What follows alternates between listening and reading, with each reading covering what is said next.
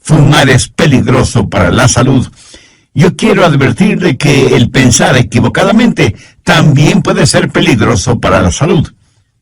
Y en este estudio bíblico de hoy vamos a descubrir si usted es culpable de una manera de pensar equivocada. Hoy quiero compartir con usted una fórmula espiritual para enfrentar los malos pensamientos, generalmente producidos por la depresión, la autocomiseración, la preocupación, el miedo, las iras, el enojo. Y si alguno de ustedes piensa que nosotros los pastores no experimentamos ninguna de estas cosas, pues mi amigo le diré que está completamente equivocado.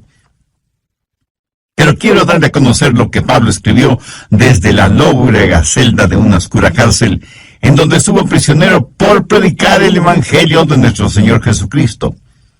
Y quiero que escuche atentamente lo que el apóstol dice en Filipenses 4, comenzando con el verso 4. Regocijaos en el Señor siempre. ¿Quién dijo eso? El apóstol Pablo. ¿Y cuándo lo dijo? Mientras estuvo preso en una cárcel romana. Regocijaos en el Señor siempre. Otra vez os digo, regocijaos. Vuestra gentileza sea conocida por todos los hombres. El Señor está cerca. Por nada estéis afanosos, sino sean conocidas vuestras peticiones delante de Dios en toda oración y ruego con acción de gracias. Y la paz de Dios, que sobrepasa todo entendimiento, guardará vuestros corazones y vuestros pensamientos en Cristo Jesús. Recuerde que estamos hablando de cómo controlar sus pensamientos, cómo controlar su manera de pensar. El apóstol Pablo en el verso 7 dice, y la paz de Dios que sobrepasa todo entendimiento, guardará vuestros corazones y vuestros pensamientos en Cristo Jesús. Pero ahora deseo que preste mucha atención a lo que dice el verso 8. Por lo demás, hermanos, todo lo que es verdadero, todo lo honesto, todo lo justo, todo lo puro, todo lo amable, todo lo que es de buen nombre, si hay virtud alguna, si algo digno de alabanza, en esto pensad. La Biblia dice que un hombre es lo que piensa. Por lo tanto, ¿cómo proteger sus pensamientos? ¿Cómo resguardar su manera de pensar de la influencia de los pensamientos impuros y pecaminosos que prevalecen en nuestro mundo actual? Una persona no salva es una persona que tiene una mente ciega. El Dios de este mundo ha cegado la mente de los incrédulos. Por naturaleza todos tenemos lo que la Biblia llama una mente carnal, y mientras tenemos esa mente carnal, estamos en guerra contra Dios. Así que para controlar nuestros pensamientos y nuestra manera de pensar, ¿qué es lo primero que debe suceder? Pues que nuestra mente carnal sea convertida.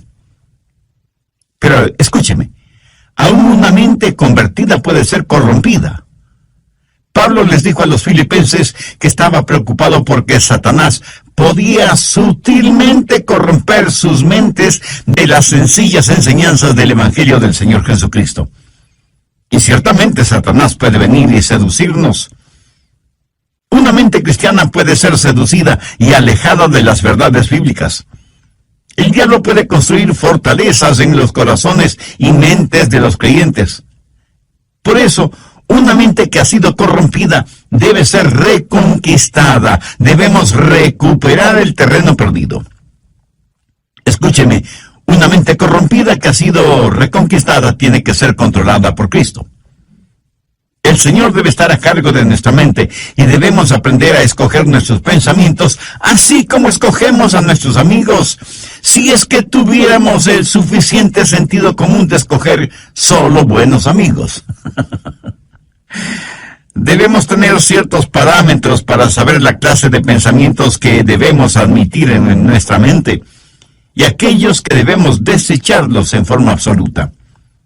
Pero Pablo, cuando está listo para hablar de estos parámetros, primero presenta un contexto como base fundamental de lo que va a hablar. Y al preparar el escenario, Pablo habla de tres cosas. Primero, usted debe encontrar su gozo en el Señor.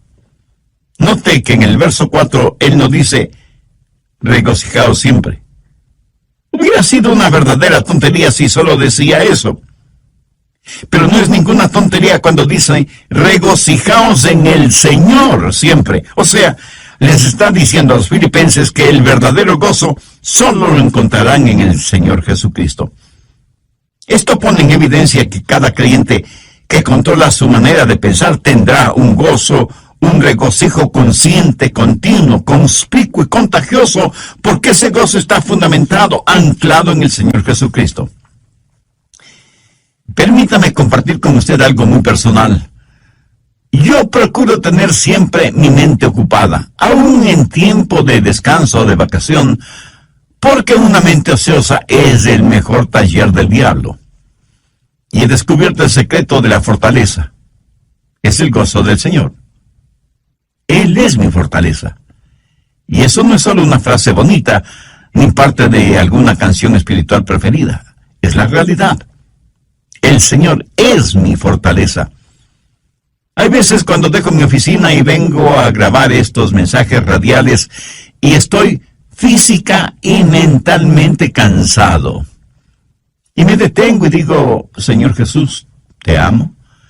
Gracias por quien tú eres y lo que representas para mí.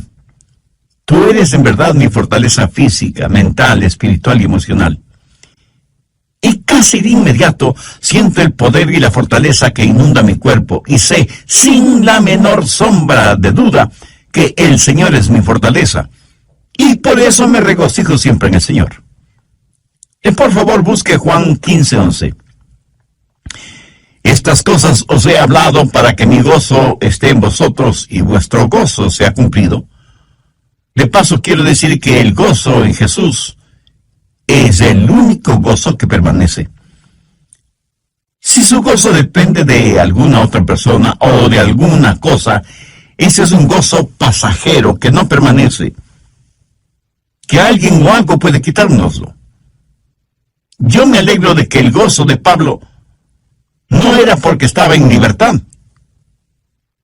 Porque le hubiera sido completamente fácil decir que estaba gozoso si tenía libertad. Pero él dijo que tenía pleno gozo estando en la cárcel. Así que no tenga su gozo de las circunstancias. No pretende encontrar su gozo en las diversiones. No espere encontrar gozo genuino en los negocios. Ni se engañe creyendo que el verdadero gozo está en tener amigos, aunque sean buenos amigos. Tampoco el tener buena salud es fuente de gozo verdadero. Todas estas cosas que he mencionado le pueden proporcionar ciertas alegrías pasajeras, pero nunca un gozo genuino y verdadero. El único manantial de gozo profundo y permanente es el Señor Jesucristo. Regocijaos en el Señor siempre. Otra vez digo, regocijaos.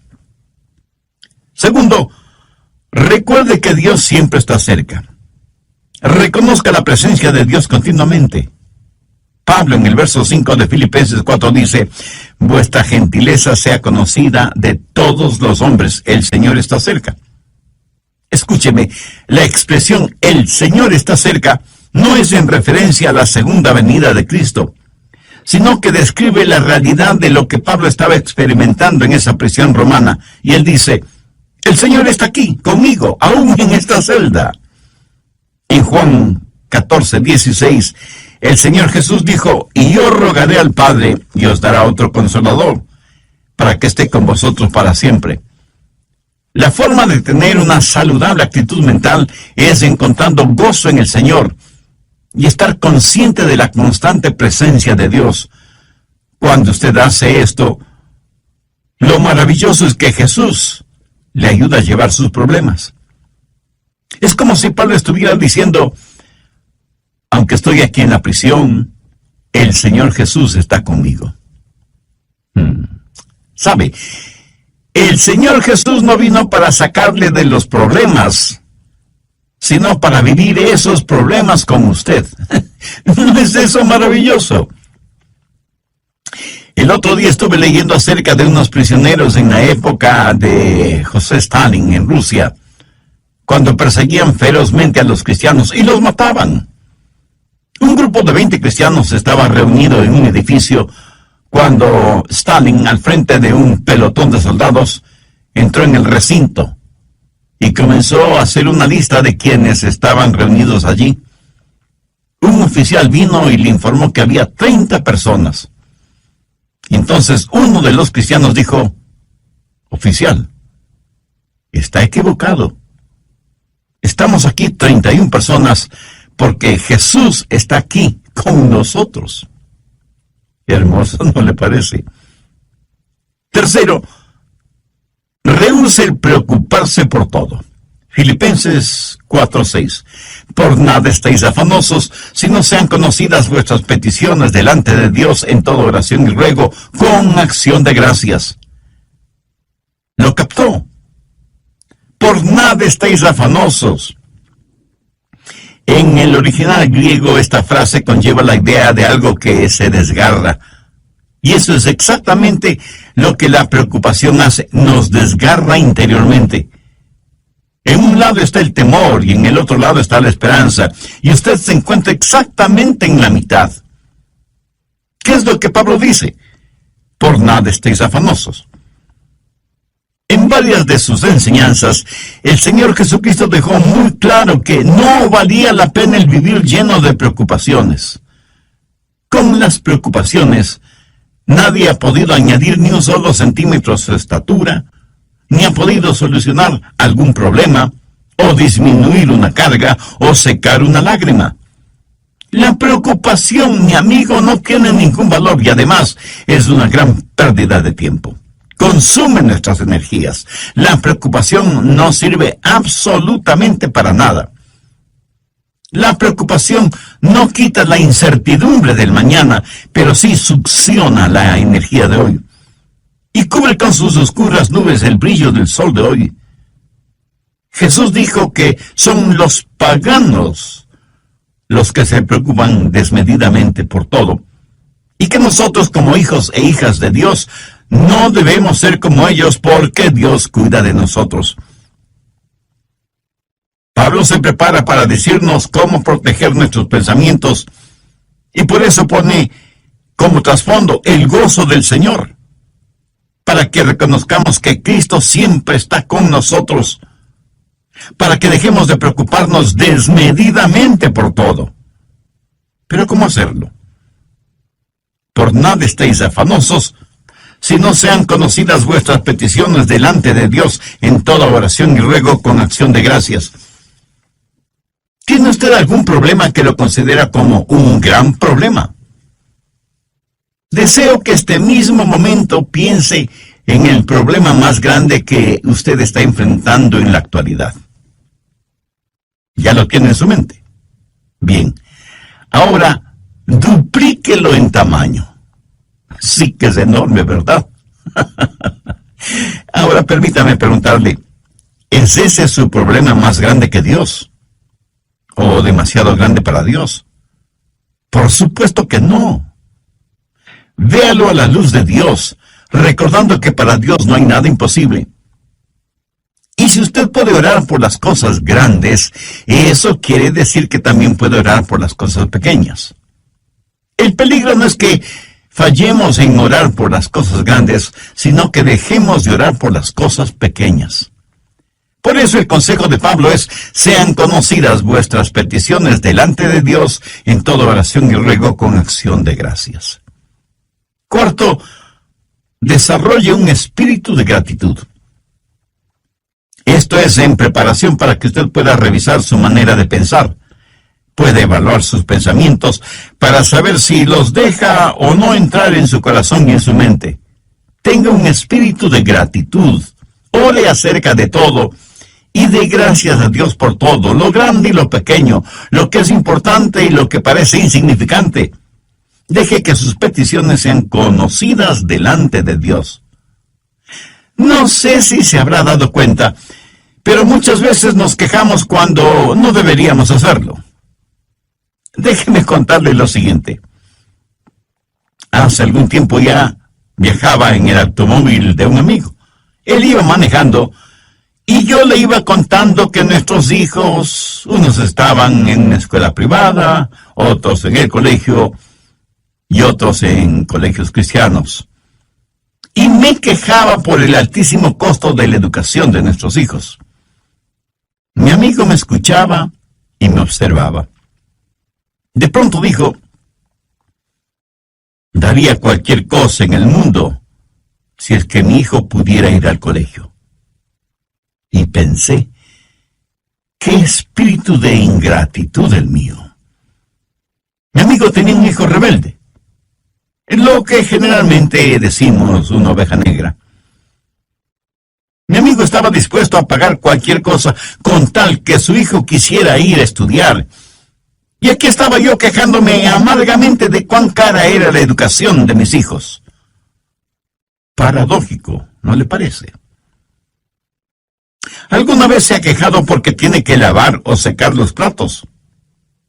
Hay muchas personas en muchos países del mundo que les gustaría tener platos aunque fueran sucios. ¿Me escuchó? Quiero decir que los platos sucios son una señal de que usted tuvo algo en qué comer. Una cuchara, un tenedor, cuchillo para comer. Mi amigo, hay millones de personas que usan sus manos, sus dedos para comer y ni siquiera tienen agua para lavarlas después. Hay que saber cultivar un espíritu de genuina gratitud hacia Dios. Ahora, todo esto no es más que el escenario para saber cómo controlar sus pensamientos. Gozo en el Señor. Note que en el verso 4, Pablo nos dice: regocijaos siempre. Hubiera sido una verdadera tontería si solo decía eso. Pero no es ninguna tontería cuando dice: regocijaos en el Señor siempre. O sea, les está diciendo a los filipenses que el verdadero gozo solo lo encontrarán en el Señor Jesucristo. Esto pone en evidencia que cada creyente que controla su manera de pensar tendrá un gozo, un regocijo consciente, continuo, conspicuo y contagioso, porque ese gozo está fundamentado, anclado en el Señor Jesucristo. Segundo, recuerde que Dios siempre está cerca. Reconozca la presencia de Dios continuamente. Pablo en el verso 5 de Filipenses 4 dice: vuestra gentileza sea conocida de todos los hombres, el Señor está cerca. Y la expresión "el Señor está cerca" no es en referencia a la segunda venida de Cristo, sino que describe la realidad de lo que Pablo estaba experimentando en esa prisión romana y dice: el Señor está aquí conmigo, aún en esta celda. En Juan 14:16, el Señor Jesús dijo: y yo rogaré al Padre y os dará otro consolador, para que esté con vosotros para siempre. Tercero, rehúse el preocuparse por todo. Filipenses 4:6.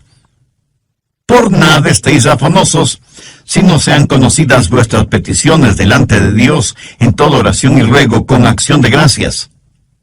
¿Lo captó? Por nada estéis afanosos.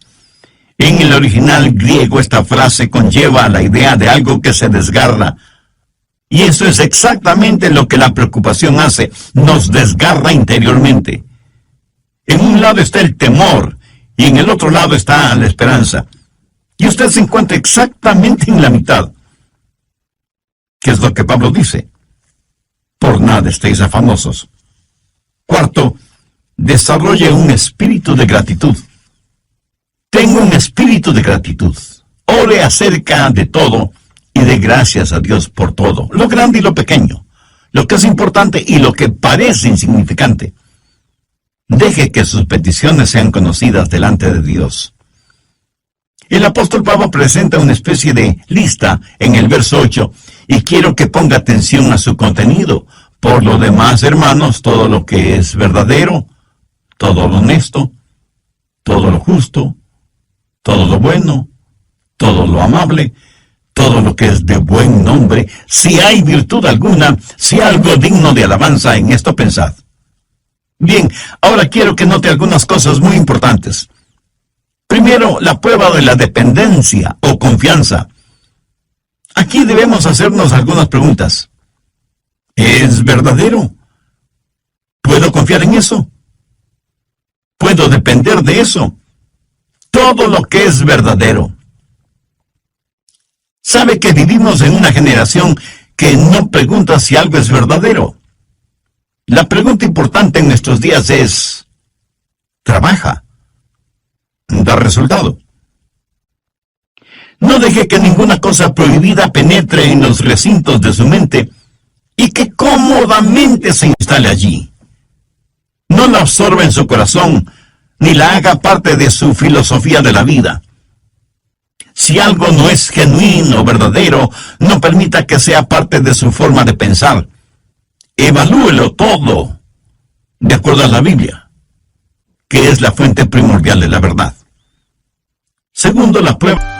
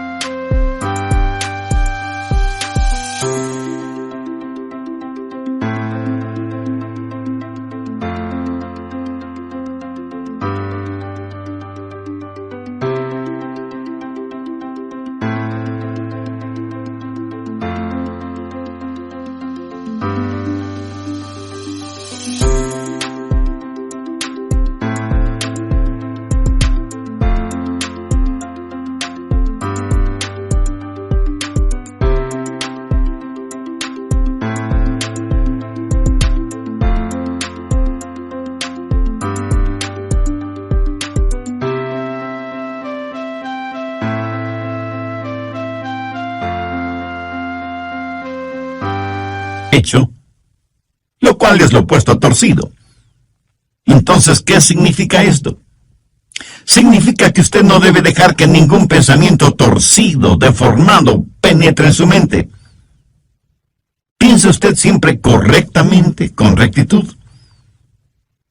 En mis estudios bíblicos, predicación y tiempo devocional, siempre trato de pensar con rectitud, honestamente. Reconozco que muchas veces dejamos que pensamientos torcidos invadan nuestra mente porque hemos desconectado los puestos de seguridad. Y sencillamente vamos de aquí para allá sin que nada aparentemente nos moleste. Pero Pablo dice que hay ciertas cosas que no deben pasar por la puerta de nuestra mente. Cualquier cosa que no nos inspira confianza o respeto, o que levanta una bandera de sospecha, ni siquiera debe merodear la periferia de nuestros pensamientos. El apóstol también hace mención a todo lo puro, y puro significa algo que está libre de cualquier contaminación, algo libre de manchas o suciedad. Esto en referencia a objetos o animales. ¿Es esto lo suficientemente puro como para ser usado en la adoración a Dios? ¿Es esto lo suficientemente puro como para ser ofrecido a Dios? Estas preguntas nos llevan al siguiente punto. Cuarto, la prueba de la reverencia. Todo lo que es puro. ¿Es esto algo de lo cual no me avergüenzo de ofrecérselo a Dios?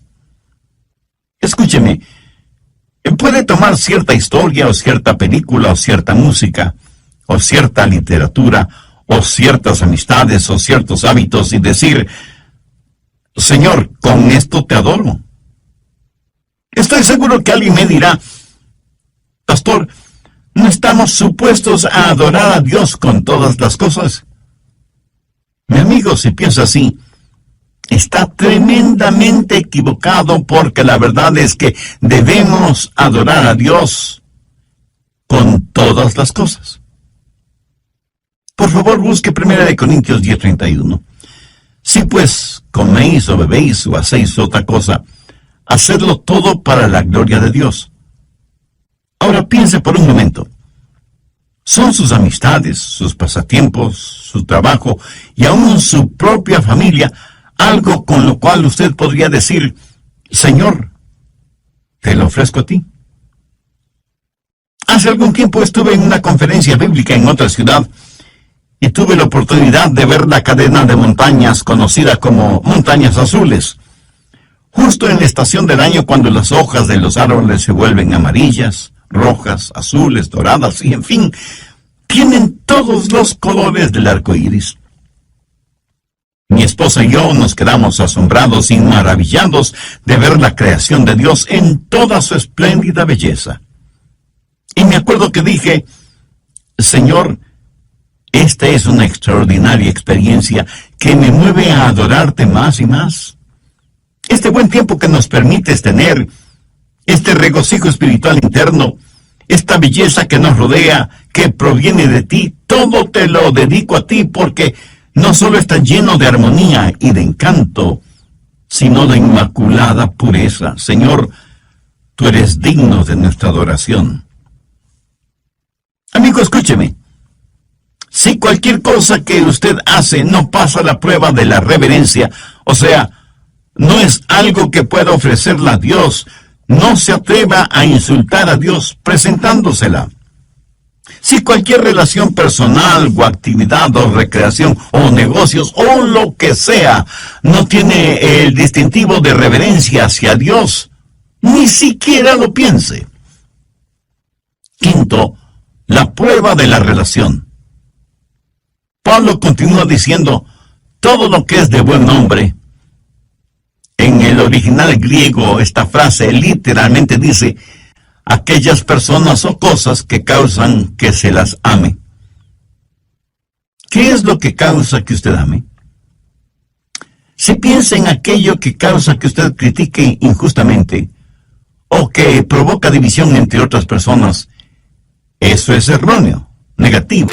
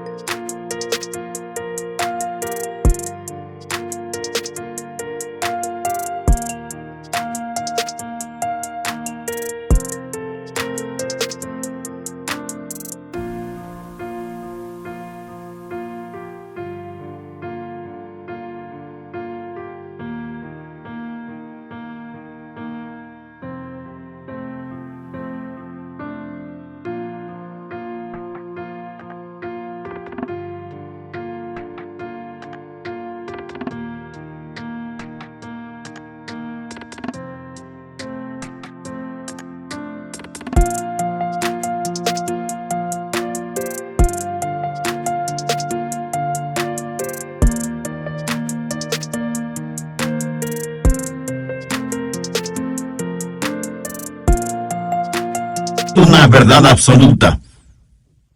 ¿Conoce usted a personas así?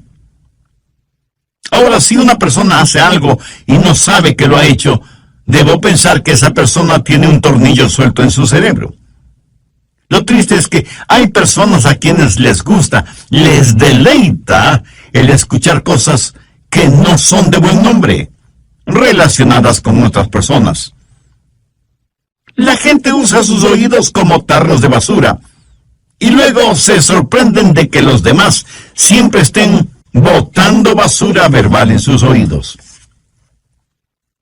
Y la gente bota basura en sus oídos porque sabe que a usted le gusta escuchar esa basura. Y por eso usted sabe de todo el lodo moral, emocional y espiritual que hay en su barrio. En lo negativo, usted sabe todo de todos. La clase de personas que son los nuevos vecinos, que a determinada jovencita ya no se la ve porque está embarazada sin haberse casado, y sus padres, para evitarse la vergüenza, la mandaron a vivir con sus abuelos, que viven muy lejos. Que el hijo de los Pérez está preso por manejar en estado alcohólico, etcétera, etcétera. Y la gente permite que todos estos malos pensamientos tomen residencia en su corazón y su mente. Pablo, al finalizar este tema, dice, si hay virtud alguna, si algo digno de alabanza, en esto pensad. Esto es tan sencillo y sin embargo tan maravilloso. Usted en forma absoluta puede reconquistar, recuperar el terreno perdido. Se reconoce que hay virtud y que es algo digno de alabanza el pensar en todo lo que es verdadero, en todo lo que es honesto, en todo lo que es justo, en todo lo que es puro, en todo lo que es amable y en todo lo que es de buen nombre. Tal vez lo que voy a decir será como llover sobre mojado, pero tengo que decirlo. Usted no tiene que pensar en ninguna cosa que no quiera pensar. Pero escúcheme, usted debe pensar en algo. Usted no puede controlar su vida mental poniendo a su mente en neutro. Debo pensar en algo. Y si no piensa en algo correcto, le aseguro que pensará en algo incorrecto. Si usted no está pensando en algo bueno, tenga la certeza de que terminará pensando en algo malo. La fórmula para no tener malos pensamientos no es tratando de no tener malos pensamientos. Por ejemplo, trate de no pensar en un submarino ahora mismo. ¿Está seguro que no está pensando en un submarino en este mismo instante? Bien, la única forma para no pensar en un submarino en este momento no es tratando de no pensar en un submarino, sino tratando de pensar en algo diferente. Y las personas que están tratando de no pensar en un submarino están pensando en el submarino acerca del cual tratan de no pensar. Qué interesante, ¿verdad? El apóstol Pablo, escribiendo a los hermanos, a la iglesia en Roma, les dijo: no seáis vencidos de lo malo, sino vence con el bien el mal. Deje que los buenos pensamientos inunden su mente y mantenga su corazón y su mente enfocados en el Señor Jesucristo. En Filipenses 4:7 leemos: y la paz de Dios, que sobrepasa todo entendimiento, guardará vuestros corazones y vuestros pensamientos en Cristo Jesús. Es casi imposible de explicar, pero estamos llamados a tener la mente de Cristo. Por lo tanto, debemos aprender a tener los pensamientos de Dios en Cristo y utilizar la normativa que Pablo nos da en Filipenses 4 como punto de seguridad por donde deben pasar todos los pensamientos antes de que tomen residencia en nuestros corazones y mentes. Y sea agradecido con Dios por su preciosa palabra. Debemos orar para que nos ayude a mantener nuestros pensamientos, nuestras mentes, nuestros corazones bajo la sangre de Cristo. Entre quienes me escuchan en este mismo momento, ¿habrá alguien que quiera entregar su corazón al Señor Jesucristo? ¿Alguien que quiera ser salvo?